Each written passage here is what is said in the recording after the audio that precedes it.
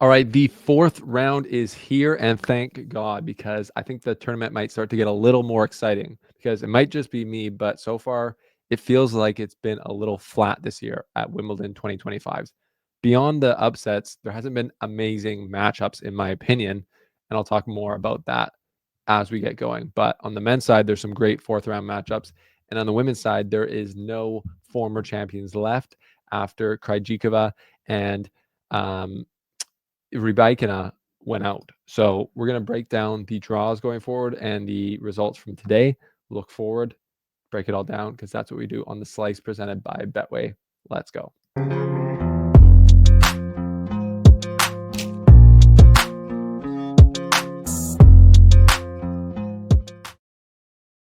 All right. How are you doing? How are you feeling halfway through Wimbledon 2025? The big dogs on the men's side are still there. It really seems like we are heading towards, just skipping past the first week and a half to see where Sinner, Djokovic, and Alcaraz are going to finish. They have not been challenged. Well, Alcaraz has, but even when it goes 4 or 5 sets for him, it's still pretty safe. But Sinner and Djokovic have been absolutely steamrolling their opponents and haven't really been challenged at all.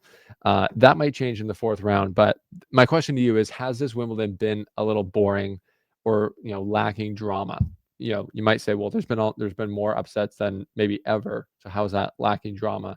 And I get that because those individual matches probably were exciting. But we didn't get a lot of these good third round matches that you would normally expect when the seeds go through. So the upsets caused, I thought, a lot of kind of matches that I wasn't really getting a heart rate going up for so far in the tournament. But maybe I'm just being a Demi Downer. I don't know. You also see Sinner, Djokovic just cruising, Alcaraz through. Yeah, there's been a few. There has, but I just think in general this has been less than normal, in my opinion. But you let me know. But today, or from today, the final day of the third round, we'll just get that up here on the screen soon, just to review what happened, and then we'll go through the draws because I liked in the third round. My favorite matchup was Raducanu versus Sabalenka. So I watched that one, and that was a very high quality match, I thought. And Raducanu's playing well; like she's putting together good tennis out there. So that's encouraging for her and her fans. And yeah, that was yesterday. Sabalenka Raducanu 7-6, 6-4 for Sabalenka, so very tight.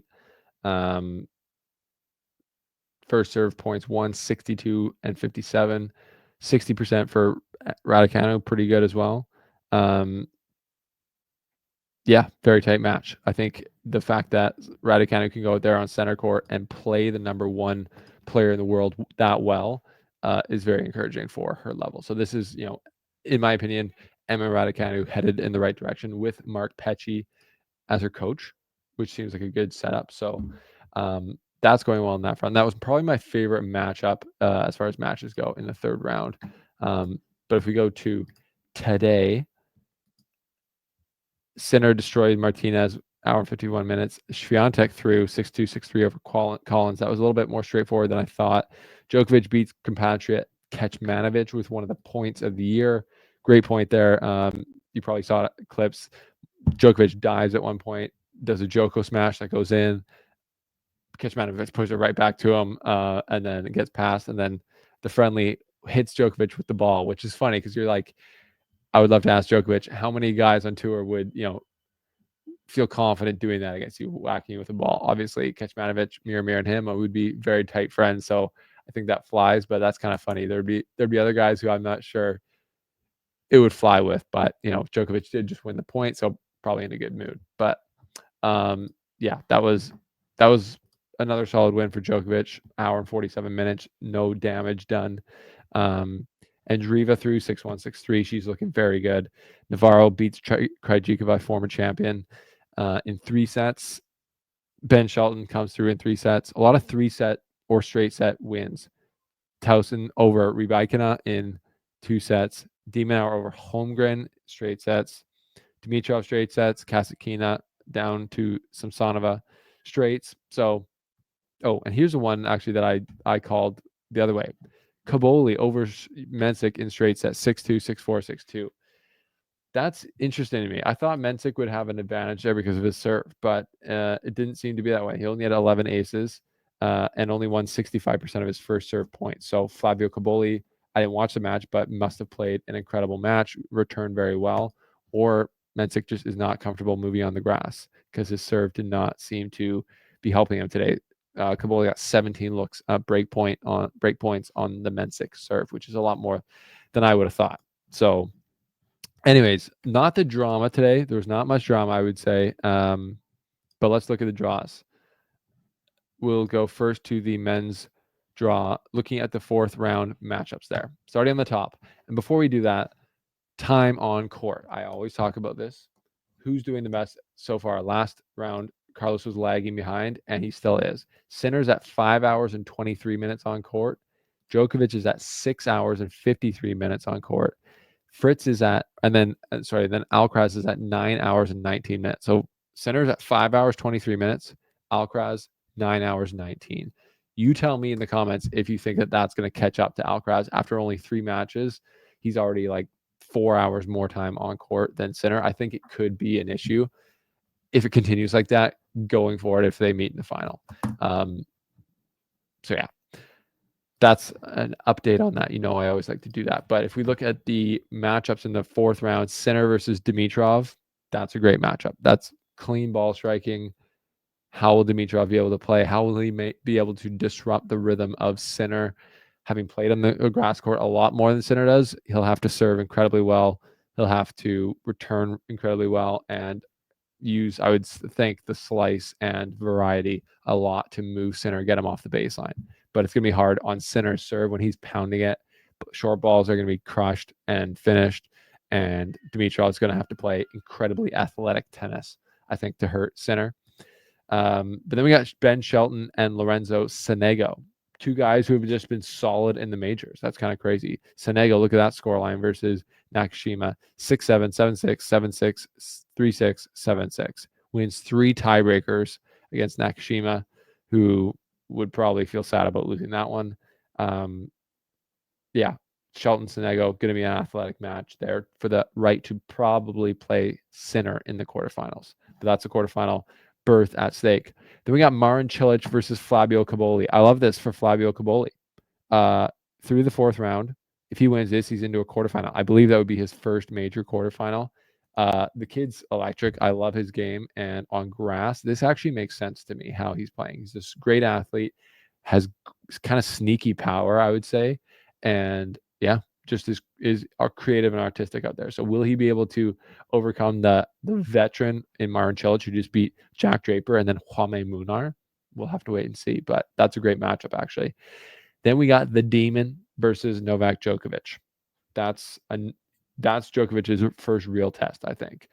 Demonauer has, I think, some game to prove on Wimbledon as center court versus Djokovic, because if I just look up their head-to-head here quickly, their head-to-head is 1-2.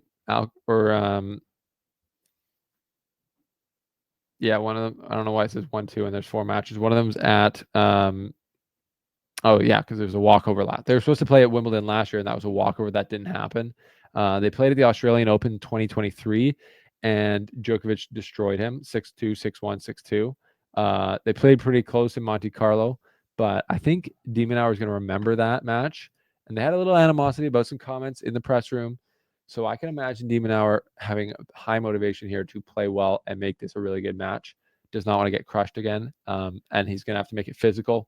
He is the younger guy. He's got an improved serve. He's got a bigger power game than he has in the past. So I think this could be a challenge for Djokovic, and he's going to have to play well. Obviously, he's the better player. He's won this tournament 7 times. He's Novak Djokovic, but Alex de Minaur is at a position in his career where I really think he could win this match. He could pose a big threat for Djokovic, but I do pick Djokovic as the winner if I was going to do a prediction. But that's a tough match for sure. Now we go to the bottom half. Taylor Fritz versus Jordan Thompson. Jordan Thompson probably, he's always actually played well in the grass and is a good grass court player. Those are the same things. So he's come through. That's part of the draw versus Darderi in the third round to play Fritz. Fritz, I would say, big favorite there, but you never know with Thompson, and you never know with Fritz, to be honest. Khachanov versus Mirzak. I listened to it. I can't. It's just in and out. So Khachanov versus Mirzak. That's a great run for Camille. That's yeah, very impressive. Fourth round. Khachanov will be the favorite, but Khachanov has been taking on damage, playing 5 sets there versus Bourges, where he fell on the ground afterwards. That was in big time. Nicholas Jerry beats Fonseca. The Fonseca dream is done. The Fonsequismo. Not Nicholas Jerry wins that, and he'll play Cam Norrie, a revived Cam Norrie potentially, who's into the fourth round after answering questions about if he was dating Emma Raducanu. Just hilarious. He said, "No, I'm not. You can ask her though." He beats Bellucci into the fourth round. Jerry versus Norrie to play probably Alcaraz, who plays Rublev, whose ranking is down to 14. That's a good matchup though. Alcaraz versus Rublev. Alcaraz hasn't been on his game all tournament, so Rublev, if he can put together a really good match, I don't see why he can't win a few sets. And then if he wins one of the first two, it gets interesting. But Alcaraz, big time favorite there, in my opinion. Because he's just, how do you bet against him? 2-time defending champion going for his third.